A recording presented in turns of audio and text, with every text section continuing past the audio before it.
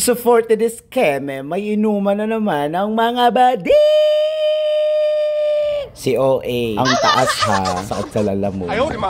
Anyway, so for today's video mga bakla, mapupuntahan na naman kaming inuman. Pero bago yan, bumiling muna kami ng alak ng mga Diyosa, ang Alfonso. After nga namin mamili mga akla, dumiretso na kami sa bahay ng ate mo Eva. Dahil bagong gawa nga ang kanyang house, pinaandaran kami. O loko, pagpasok pa lang may salamin. So heto na nga, pinaghandaan talaga ng auntie mo Eva ang araw na ito. Sige, kumahol kayo. Animal. Alam nyo, nagwa-voice over ako eh. So balik tayo sa video. Yeah, mga akla, ang auntie mo Eva nagluto na nga ng masarap oyster sauce. Sarado mo na pa rin. Nakakaloka ka, ate mo Jerome. Anong oyster sauce? Yes, ito na mga bading. Ito si Akla mong Jopay nagluto nga ng french fries. Nang makompleto na nga ang cast. So ito na, kalmado lang ang paligid. Hanggang sa pinaikot na nga ng auntie mo Kelly ang alak. Ang alak ng mga tsaka. Heto na nga, nag-iinuman na nga ang mga bayo. Unang shot, pas agad, nakakaloka. Nung nasayaran na nga ang lalamunan ng mga bakala, ito na nga, nag-sing rest na ang mga bayo. Nakakaloka. Ginawa nyo ng tawag ng tanghala ng eksenang inuman. O loko, ate mo Eva, ibirit mo yan.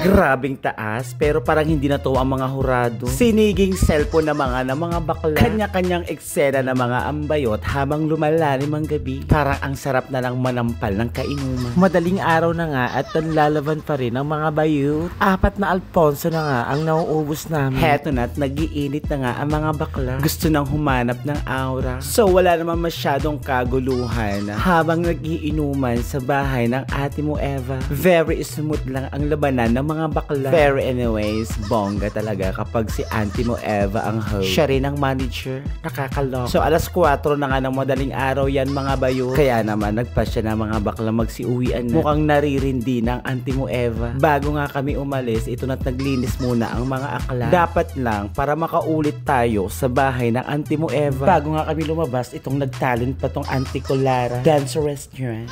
Hindi pa nga kontento ang mga bakla sa inumang naganap. Gusto talaga nilang nasisikatan sila ng araw bago umuwi. Kaya naman nagpasya na naman ang mga bakla na lumipat sa mahiwagang pwestuhan ng mga bakla. Yes, dito nyo lang yung matatagpuan kung saan nagtatagpo ang mga pangit at magagandang terminal ng kasigla.